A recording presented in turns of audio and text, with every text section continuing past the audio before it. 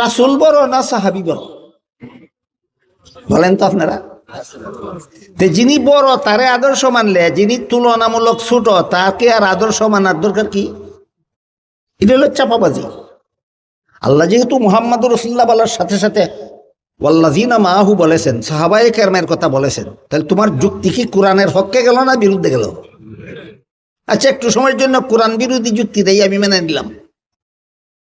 বড় মর্যাদাওয়ালারে যদি আমি আদর্শ মানি, অপেক্ষাকৃত ছোট মর্যাদাওয়ালারে আদর্শ না মানলে অসুবিধা কি?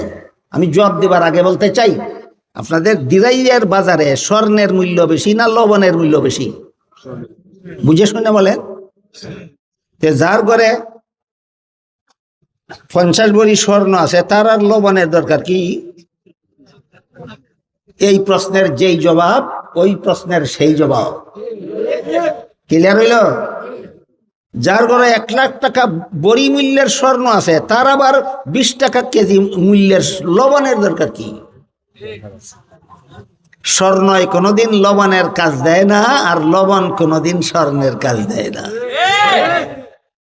পরিপূর্ণ জীবন যাপনের জন্য স্বর্ণেরও দরকার হয়, লবণেরও দরকার হয়। আল্লামা উবাইদুল্লাহ সিন্দি ইনকালাবি তফসিরে লিখেছেন, রাসূলের আদর্শে রাষ্ট্র প্রতিষ্ঠা করার জন্য রাসূল এবং তার সাহাবাদের একটা বিশেষ চরিত্র ছিল, মুসলমানদের সেই চরিত্রে চরিত্রবান হতে হবে। সেই চরিত্রের বিবরণ দিয়ে আল্লাহ পাক রব্বুল আলামিন কোরআনে বলেন,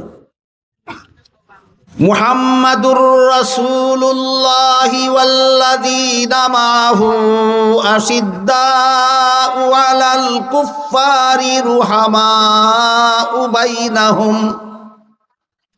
মুহাম্মাদুর রাসূলুল্লাহ এবং তার সঙ্গী সাথীগণ। মুহাম্মাদুর রাসূলুল্লাহ অর্থ তো মুহাম্মাদুর রাসূলুল্লাহ, ওয়াল্লাযীনা মাআহু অর্থ হল রাসূলের সঙ্গী সাথীগণ। আপনারা কেউ বলতে পারেন রাসূলের সঙ্গী সাথীগণ কারা?